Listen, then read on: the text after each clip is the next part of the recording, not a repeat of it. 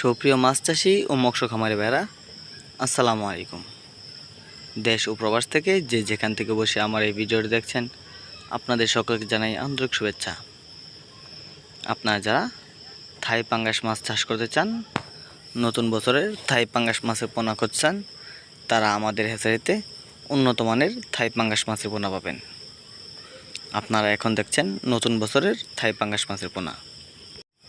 আমাদের ভিডিওতে দেখানো পোনাগুলো আপনারা ক্রয় করে সরাসরি চাষে না দিয়ে আগে নার্সিং করে নেবেন। এগুলো আপনারা যারা বড় পুকুরে অনেক বড় পরিসরে থাই পাঙ্গাস মাছ চাষ করেন, তারা অবশ্যই এই পোনাগুলো নিয়ে নার্সিং করে নেবেন।